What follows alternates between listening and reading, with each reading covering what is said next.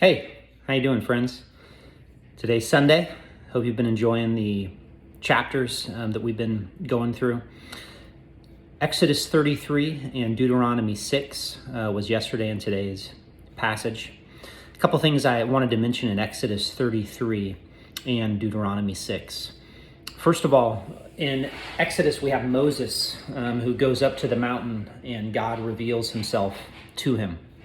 And there's this great theme in that chapter of the presence of God and how the presence of God makes the people of God distinct among the nations. So we have this wonderful theme all throughout Scripture of how God's presence is with his people. And of course, we saw in Genesis 3 when they have to get banished out because of their sin away from the presence of God. But you have Moses on the mountain meeting with God and speaking to him, and him just saying, I've got to have your presence. And so what I just wanted to encourage us to do was let's just pray in this season for God's presence to be manifest in our life. Just for those that we know, those that we love, that God's presence will be felt tangibly. Thinking specifically of those who are lonely in this time amongst us, that they might really experience the presence of God and his nearness. So let's be praying that. I mean, even just as a church, as a local body, that not assembled together at the normal street in the normal building, but of course the church being the actual people of God, the place that God has built us into one another.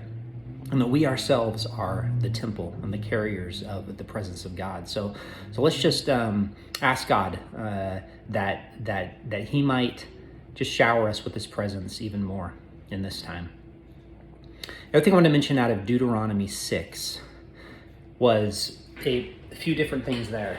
You have this wonderful theme of loving the Lord your God with all of your heart, mind, soul, and strength. The great commandment, which is really a commandment that is calling upon all of us, every part of our humanity, of our being, our bodies, our hearts, our minds, our souls, all of it as one loving God. So just to be reminded and stunned afresh that we are to be lovers of God. And in this time where we've had things taken away from us, to be reminded that our great love is to be God and him supreme in our hearts. And you have the theme of commandments all through there, God commanding his people Israel to do certain things and the importance of keeping the commandments. But also at the end of that chapter, the basis of it all, at the end, we are reminded that all of that is based on what God had already done. God had already established a relationship with his people by delivering them from Egypt, rescuing them from Pharaoh and oppression.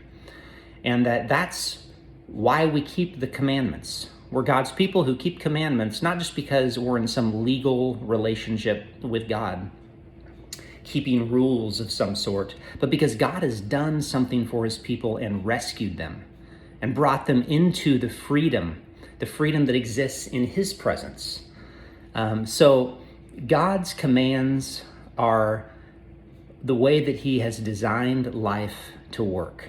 And so we are called to keep the commandments of God, but not as if that somehow is earning our relationship with God, but that God has already won the victory. He's already taken us from Egypt.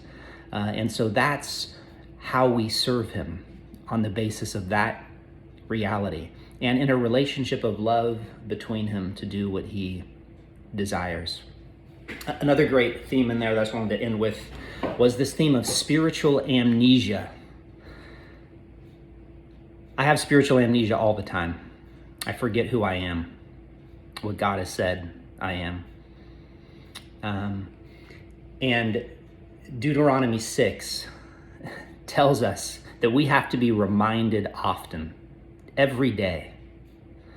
And And so when we're waking up and maybe grabbing your phone and checking the news or being bombarded with news about this disease that's affecting our world, or really news about anything, much of the news that we read is not related to God and His glory.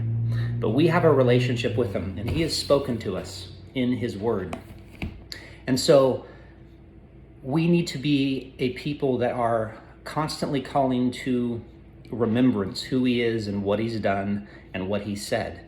So we need to hang them all over our houses, so to speak, all over our bodies, so to speak, all over our minds.